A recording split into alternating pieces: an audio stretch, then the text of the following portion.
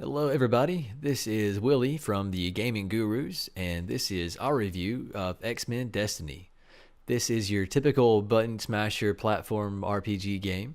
You get to choose from one of three different characters that have different backgrounds, and as the story unfolds, you're able to select different combat abilities that kind of suit your playstyle. This is very story driven, and you're given the idea that you're able to choose between joining the X-Men or the Brotherhood, and that it would have some kind of detrimental outcome to the game. But really, it has a very minimal effect on the game, and only really affects like who you actually see in cutscenes and what actually kind of who you talk to.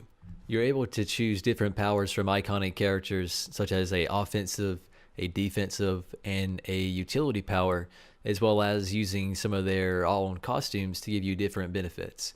But really, there were only a few powers that were actually worthwhile to use, and some were pretty pointless. So after I chose the powers that I wanted, which is actually pretty early on in the game, I just amassed a ton of experience points without a real need to expand them to make any kind of progress in the game. This game is very linear, and they often use some of the same combat scenarios back to back, where you would just run in, you have to beat up 50 bad guys, and then go to the next area.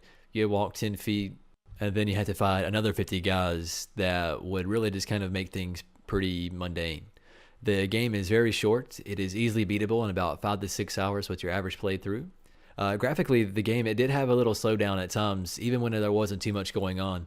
Like most of the times it was you versus 10, 15, 20 guys, and wouldn't have slowdown then, but sometimes I would running around and my camera would pan out, maybe clip through some of the textures, and it would give me some frame rate issues.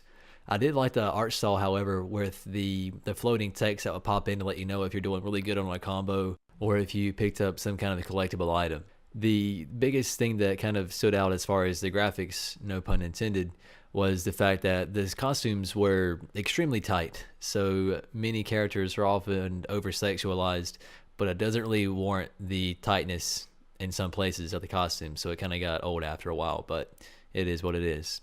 This is supposed to be the Marvel version of a game, kind of like DC Universe, where you have the different play style where you can go and choose your abilities, choose your powers, and kind of make it a unique feeling. But it was like just playing your average button smasher with an X-Men costume pulled over front of it.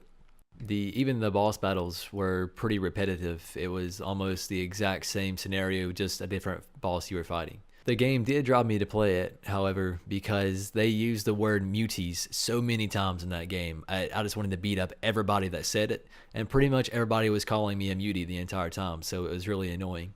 The characters, even the iconic characters, had their own unique voices, but there was nothing really special that made them stand out. There's no multiplayer.